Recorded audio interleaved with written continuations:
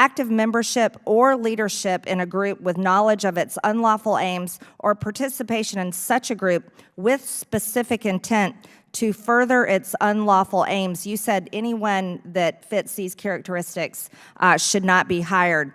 Director, in your opinion, is a person who participated in the riot at the Capitol on January 6th fit to serve in the federal workforce?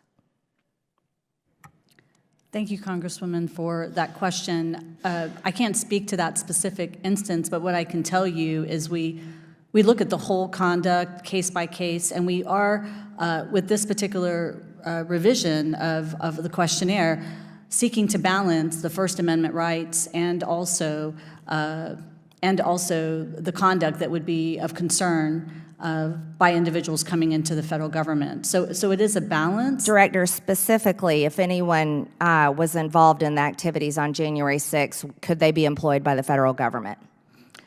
Congresswoman, I can't give a yes or no answer here. We look at each individual on a case-by-case basis and look at the set of conduct and their background. Well, according to your proposed rule of federal hiring procedures, you're determining their suitability and fitness. What about a person who rioted at a BLM or Antifa riot and attacked police officers, burned or vandalized federal buildings?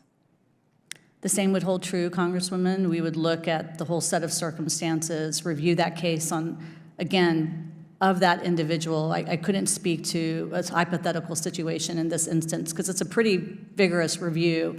And so Director, you're in charge of hiring and firing people for the federal government. I would think this is a question that you could answer.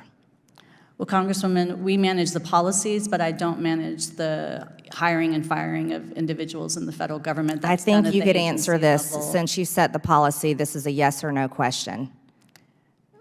Congresswoman, I do appreciate your question, but it's I'm not able to answer a hypothetical. It truly is based on all the set of information that comes into our adjudicators and our investigators to look at that individual. Okay, Director, on June 3rd, 2020, you wrote a blog supporting BLM and a call to action for people to donate to the Northwest Community Bail Fund, which is dedicated to ending cash bail and pretrial detention in Washington state of BLM and Antifa rioters in 2020. These were rioters that, took over the streets of Portland, Oregon, attacked police officers, federal courthouses, and local government. They had the autonomous zone.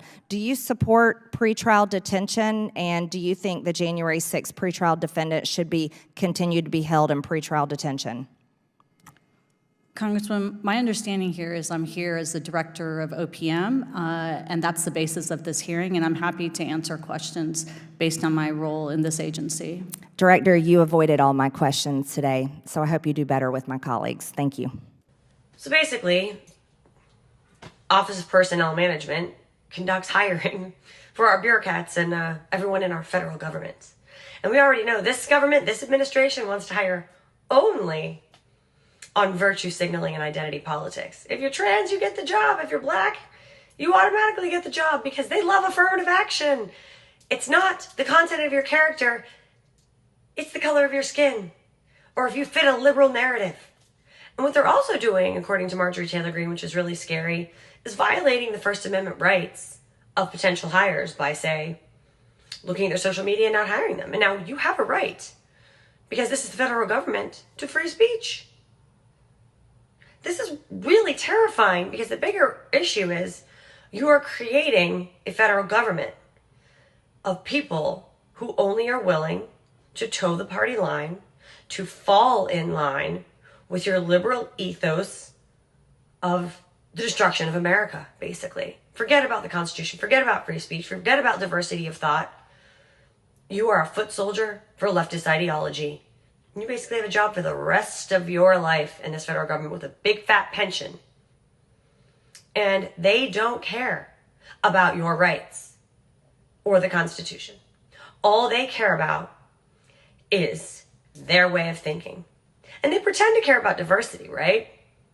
But not diversity of thought. No, no, no. That's evil.